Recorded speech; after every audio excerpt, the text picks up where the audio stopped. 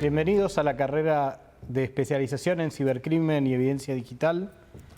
Mi nombre es Cristian Sueiro. Hoy vamos a ver puntualmente el capítulo comprensivo de violación de secretos e intimidad.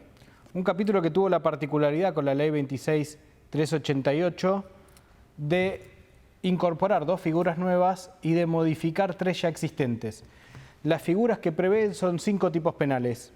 La violación de comunicaciones electrónicas, el artículo 153, el acceso ilegítimo a sistemas informáticos, que es un tipo penal nuevo, el 153 bis, la publicación abusiva comprensiva en el artículo 155, la violación de secretos del 157 y un tipo penal que se incorporó también, que fue el 157 bis, que es la violación a bases de datos personales.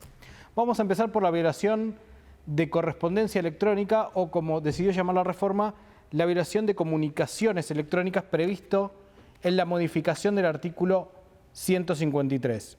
Les voy a leer el tipo penal y vamos a ver los 6 verbos típicos que prevé la figura. El artículo 153 prevé que será reprimido con prisión de 15 días a 6 meses el que abriere o accediere indebidamente a una comunicación electrónica, una carta, un pliego cerrado, un despacho telegráfico, telefónico o de otra naturaleza que no le estuviera dirigido, o se apodere indebidamente de una comunicación electrónica, una carta, un pliego, un despacho u otro papel privado, aunque no esté cerrado, o indebidamente suprimir y desviare de su destino una correspondencia o comunicación electrónica que no le esté dirigida. Acá tienen los primeros 4 verbos típicos a los cuales el tipo penal agrega: en la misma pena incurrirá el que indebidamente interceptare o captare comunicaciones electrónicas o telecomunicaciones provenientes de cualquier otro sistema de carácter privado de acceso restringido, y la pena será de 1 mes a 1 año si el autor además comunicare a otro o publicare indebidamente el contenido de la carta, escrito, despacho o comunicación electrónica. Y por último, si el hecho se cometiere por un funcionario público que abusare de su función, sufrirá además inhabilitación especial por el doble del tiempo de la condena.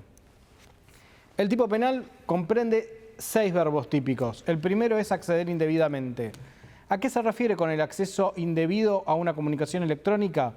Acceso indebido es acceder sin tener la clave a un correo electrónico de otra persona, a un mensaje de textos, a las comunicaciones mediante mensajería instantáneas realizadas por WhatsApp, Telegram, Signal o cualquier otro tipo de mensajería instantánea de un teléfono celular, a lo que son comunicaciones que pueda mantener dentro de lo que es transferencia vía Bluetooth o NFC, con lo cual la figura en realidad fue comprensiva en un primer momento y un instante por parte de quienes buscaron reformar el Código Penal, de comprender a lo que era la correspondencia electrónica, primero al correo electrónico. Lo cierto es que como la reforma es del año 2008 y se refiere a comunicaciones electrónicas, estas abarcan toda una nueva gama. Primero fueron los mensajes de texto, luego la mensajería instantánea. Hoy es cualquier tipo de comunicación que sea por cualquier vía electrónica, y esto comprende, y en particular tiene un valor significativo a partir de la pandemia, porque los medios de comunicación electrónica se expandieron, con lo cual cualquier transmisión de datos que implique una comunicación entre un emisor y un receptor queda comprendido por la figura de acceso. En cuanto a la figura de apoderamiento, porque también refiere al apoderarse de una comunicación electrónica, lo que quiso hacer la reforma puntualmente es introducir la posibilidad de que el sujeto activo, el autor, intente apoderarse de esta comunicación desapoderando a su titular. Algunos autores consideran que el apoderamiento implicaría copiar la comunicación electrónica y hacerse de esta comunicación. En realidad, por nuestra parte y gran parte de la doctrina, considera que el mero copiado no es un desapoderamiento, y lo que se requeriría es que puntualmente el autor, además de copiar para sí esto, borre, no en forma de borrado seguro, sino como un borrado simple o eliminación, la comunicación para el titular para desapoderar a este. Imagínense que alguien accede a un correo electrónico, copia este correo y lo que hace es eliminarlo de la casilla para que su titular no lo pueda ver. O si bien alguien accede al teléfono celular de la persona, directamente se reenvía una comunicación mediante mensajería instantánea y la elimina en la terminal móvil del titular. La figura de apoderamiento es una figura que no requiere borrado seguro, como sería el tipo penal de daño, pero que a nuestro criterio sí requiere un borrado o eliminación simple para permitir el apoderamiento de esa comunicación. El tercer verbo típico que también prevé esta figura de violación de comunicaciones electrónicas es el desviar la comunicación y el suprimirla. El desviar consiste justamente en que su receptor no la reciba y poder desviar esa comunicación que le estaba destinada a un tercero, probablemente al sujeto activo, que es el encargado de justamente de intentar apoderarse de esto mediante el desvío. Mientras que la supresión implica que la persona puntualmente recibe, ya sea en su casilla o en su teléfono celular, un mensaje de mensajería instantánea, un mensaje corto mediante SMS o un correo electrónico, pero el sujeto activo decide suprimirla de manera tal que la persona no tenga acceso, es decir, dispone de la comunicación como si fuera el titular. Hay otros dos verbos típicos que decidió el legislador incorporar, que son la figura de interceptación, la de interponerse ante el mensaje, es decir, colocarse como una persona en el medio para obtenerlo previamente. Estos son las figuras dentro de lo que es la cibercriminalidad del sniffing, del fisgoneo, de poder justamente colocarse como hombre en el medio y ver antes de que le llegue el mensaje al destinatario de ese mensaje. Esta figura de interceptación también está contemplada en el tipo penal y se prevé como una figura especial. Como sexto verbo típico tenemos el comunicar o publicar esta información a la que se accede indebidamente. Esto es que quien accedió indebidamente a esa comunicación no le basta con solo tener conocimiento para él, sino que lo comunica a terceros, o bien lo publica en una red social, dándolo a conocer a terceros esta comunicación que puntualmente accedió indebidamente. Para que ustedes se lo grafiquen y se lo representen, era lo que podía implicar en determinado momento, ya por una década pasada, ya cuando se filtraron comunicaciones por lo que se denominó Wikileaks. Esta fuga de información implicaba no solo haber accedido ilegítimamente a la información, sino luego publicarla y dar a conocerlo a terceros. También se prevé la figura agravada cuando quien realiza el acto de acceso, apoderamiento, supresión, desvío, interceptación o comunicación, cualquiera de esos 6 verbos, es un funcionario público. Si el que lo realiza es un funcionario público, estamos en una figura agravada que va a prever la pena de 1 mes a 1 año de prisión. Habiendo explicado la violación de comunicación electrónica, podemos pasar a lo que es una figura que se incorporó como delito informático propio, que no estaba contemplado antes en el Código Penal, que es el acceso ilegítimo a sistemas informáticos, lo que la mayoría coloquialmente llama hackeo o intrusismo informático. Vamos a ver cómo lo redactó el legislador argentino y qué abarca el artículo 153 bis de acceso ilegítimo a un sistema informático. Sea reprimido con prisión de 15 días a 6 meses si no resultare un delito más severamente penado el que a sabiendas accediere por cualquier medio y sin la debida autorización o excediendo la que posee a un sistema de datos informático de acceso restringido. La pena será de 1 mes a 1 año de prisión cuando el acceso fuera en perjuicio de un sistema o dato informático de un organismo público estatal o de un proveedor de servicios públicos o de servicios financieros. Este tipo penal es un tipo penal subsidiario, es la antesala de otros tipos penales. ¿Por qué? Porque la figura de acceso ilegítimo es la posibilidad de acceder a cualquier sistema informático y por esto tenemos que entender un ordenador, como puede ser una computadora fija, un ordenador o computadora portátil como puede ser una notebook, netbook, una ultrabook, un teléfono celular, una tablet o cualquier dispositivo electrónico que hoy puntualmente almacene información. El acceso a cualquiera de estos sistemas, si estos sistemas contemplan un acceso restringido, esto es una clave, una contraseña, un password, en el caso de un teléfono celular, un patrón de puntos o la autenticación mediante datos biométricos de acceso, como puede ser reconocimiento del iris del ojo, reconocimiento facial o de una huella dactilar, el superar o flanquear esta barrera mediante lo que son, por ejemplo, el empleo de programas diccionarios que prevén, por ejemplo, 6 millones de contraseñas más utilizadas, el utilizador de programas de fuerza bruta o de secuenciación de claves que buscan y van probando las distintas claves en secuencia numérica y alfabética, esto es 001, 002, hasta dar con la clave, la utilización de códigos maliciosos o virus, el empleo de accesos remotos para acceder a esos dispositivos o incluso de ingeniería social para obtener de la persona que esta persona de manera siendo bajo un ardido engaño susceptible de una mise en escena o de una puesta en escena nos entregue su contraseña, esto va a implicar un acceso ilegítimo a un sistema informático. Les repito, por sistema informático pueden entender cualquiera de estos dispositivos. La persona que accede, habiendo obtenido mediante ingeniería social o mediante lo que pueden ser códigos maliciosos, el empleo de programas diccionarios, fuerza bruta, el empleo de programas espías, contraseñas, claves, patrones de punto o datos biométricos y accede a esa información, está cometiendo el tipo penal de acceso ilegítimo a un sistema informático. En particular podemos destacar situaciones excepcionales. ¿A qué nos referimos? Por ejemplo, cuando referimos a correos electrónicos o referimos a dispositivos personales, tenemos que hacer referencia a puntualmente a aquellos correos que son institucionales, como puede ser el de una universidad, como puede ser también el de un trabajo. Estos correos electrónicos puntualmente solo pueden ser utilizados con fines laborales, con fines académicos o profesionales.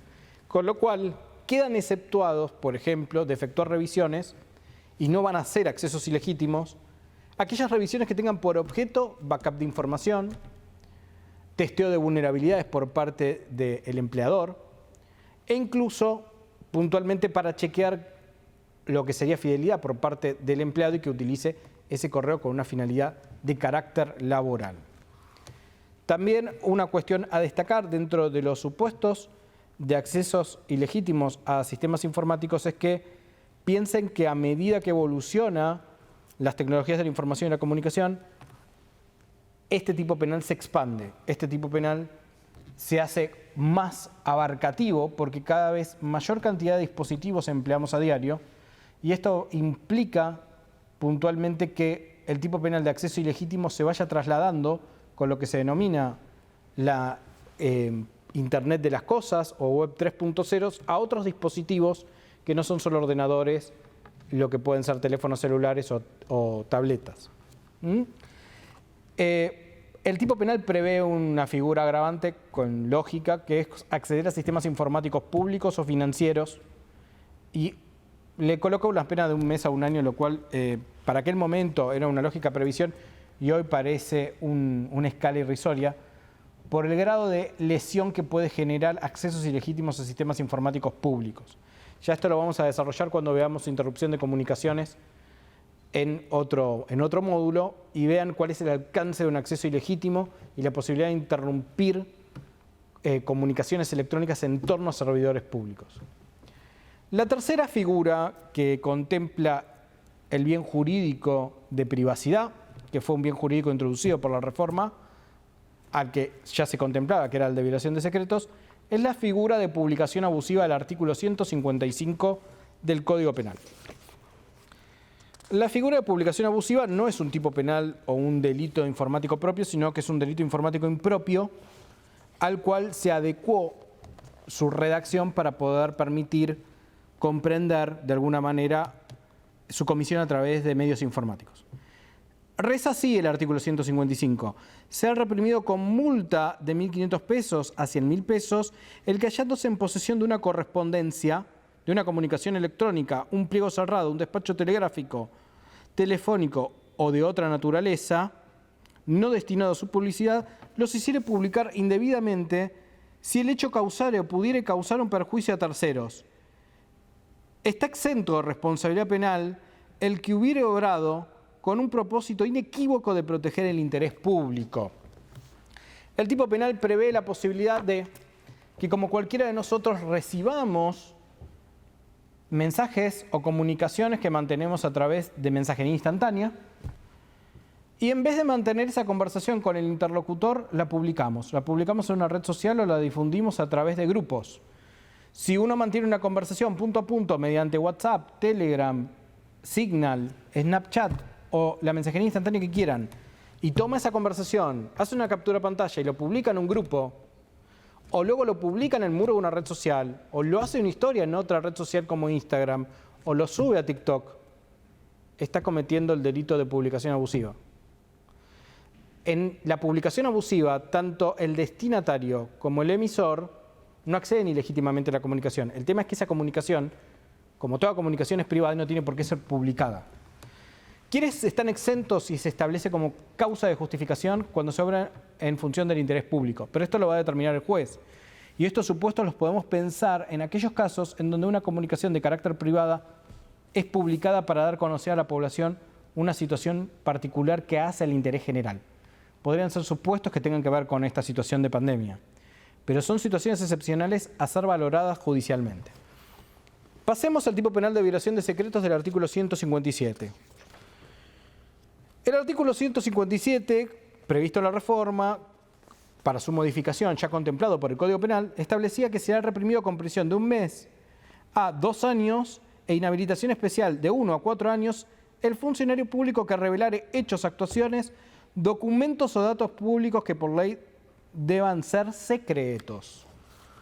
Bueno, el tipo penal es muy claro, prevé la posibilidad de violar el secreto profesional a través de medios que tienen que ver con la tecnología de la información y la comunicación. Un funcionario público no puede dar a conocer, y esto es muy importante, sobre todo a partir de la pandemia y la traslación a un sistema judicial que opera hoy mediante, en gran parte, plataformas electrónicas, información que es secreta, confidencial o que forma parte del secreto profesional, no puede revelarlo. El revelarlo implica necesariamente la adecuación de su conducta al tipo penal de violación de secretos. Tampoco podría difundirlo mediante audios en un teléfono celular, mediante un video, por lo cual la reforma previó la posibilidad de contemplar e introducir la violación de secretos bajo una modalidad comisiva que pudiera prever las tecnologías de la información y de la comunicación. La única manera de relevarlo a un secreto y de no incurrir en este tipo penal es que, lógicamente, se autorice a ese funcionario por parte de una orden judicial a relevar ese secreto judicialmente mediante una orden judicial. Cualquier otro tipo de relevamiento de información de un secreto profesional incurre en esta figura. Una aclaración más sobre este tipo penal: hay autores que consideran que revelar secretos que tienen que ver puntualmente con información militar, con secretos de Estado o que tienen que ver con desarrollo científico, incursionaría en el tipo penal del artículo 222 del Código Penal, que es un delito que hace a la dignidad de la nación. Lo cierto es que la reforma no contempló el artículo 222 y esto está cuestionado. Por nuestra parte consideramos que la violación de secretos de Estado hubiera requerido o requiere de alguna manera una reforma que implique la adecuación y que implique la incorporación del artículo del 222 del Código Penal a la posibilidad de efectuar esta revelación de secretos de Estado mediante medios informáticos. Si no, pareciera que la reforma 26388, cuando puntualmente estableció cuáles eran los tipos penales, no hubiera tenido mucho sentido, porque hubiera bastado con que en el artículo 77 se dirigiera que todos los tipos penales del Código podían cometerse por medios informáticos. Con lo cual, para nosotros, bajo el principio de legalidad, es necesario que para la revelación de secretos de Estado se introdujera a través de una reforma la posibilidad de que puntualmente el medio comisivo para el artículo 222 fueran tecnologías de la información y la comunicación. El último tipo penal es el artículo 157 bis, que prevé la violación de bases de datos personales y que contempla 3 tipos penales en particular que pueden cometerse. Se ha reprimido con una pena de prisión de 1 mes a 2 años. 1. El que a sabiendas ilegítimamente o violando el sistema de confidencialidad o de seguridad de datos accediere de cualquier forma a un banco de datos personales. 2. Ilegítimamente proporcionare o revelare a otro información registrada en un archivo o en un banco de datos personales cuyo secreto estuviera obligado a preservar por disposición de ley. Y 3. Ilegítimamente insertare o insertar datos en un archivo de datos personales. Cuando el autor fuera un funcionario público, sufrirá además una pena de inhabilitación especial de 1 a 4 años. ¿Qué prevé este tipo penal? En la sociedad de la información cada vez nos acostumbramos más a ver bases de datos personales. Todos nuestros datos se encuentran almacenados, ya sea por parte del Estado o por cuanta empresa privada desea saber nuestro nombre, apellido, DNI, nuestra edad, dónde vivimos, cuál es nuestro domicilio, nuestro número de teléfono, nuestro correo electrónico. Esas son bases de datos personales. ¿Qué sanciona esto?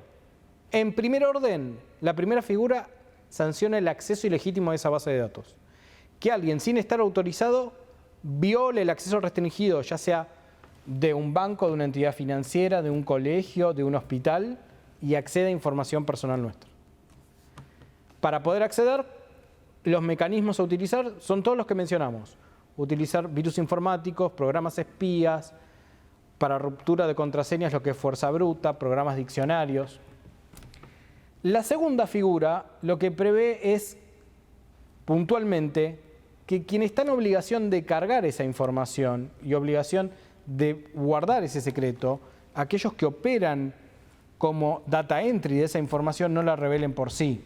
Quienes que tienen que mantener justamente el secreto o confidencialidad de esos datos personales, porque son los que deben manipular esa información conforme al artículo 10 de la Ley de Datos Personales, si llegaran a revelarlo por sí, ya sea por un medio informático o no, quedan comprendidos en el inciso segundo del 157 bis, por haberlo revelado. Y el último inciso prevé que una persona inserte por sí o haga insertar a través de terceros en esas bases de datos información o datos personales. Imaginen un supuesto en donde en vez de recurrir al mecanismo del habeas data, yo hiciera uso de un hacker para que accediera tal vez al Registro Nacional de Reincidencia y borrara todos mis antecedentes. O por el contrario, accediera a una entidad financiera y mejorara mis datos personales para acceder a un crédito. El inciso tercero tiene que ver con el insertar o hacer insertar datos en una base de datos personales. Si el titular de los datos quiere insertar o hacer insertar datos, la forma es el mecanismo legal para poder insertarlos, no acceder por sí a la base de datos o a través de un tercero para modificarlo. Entonces, para concluir con este tipo penal que tiene que ver con la violación a bases de datos personales, la prohibición es el acceder en sí a la base de datos sin un mecanismo legal, mediante lo que sería acceso ilegítimo a la base de datos, que quien tiene que tratar esa información la revele sin guardar la confidencialidad, y el tercer supuesto es la inserción por sí o hacer insertar por terceros, información que debería agregarse mediante habeas data. Para redondear y terminar, acabamos de ver en no más de 25 minutos lo que tiene que ver puntualmente con todo el título del Código Penal que tiene que ver o que está referido a violación de secretos y privacidad. Piensen que en bien jurídico privacidad se incorporó con esta reforma porque por primera vez a través de las tecnologías de la información y la comunicación se veía en peligro y se vio por primera vez la modificación de lo que hoy hablamos o conocemos como posprivacidad, extimidad o lo que sería ya puntualmente intentar buscar un derecho al anonimato en razón de que casi todas las actividades que realizamos a diario quedan registradas y por quedar registradas electrónicamente pueden ser susceptibles de ser captadas a través de las conductas típicas que pudimos apreciar y analizar muy brevemente.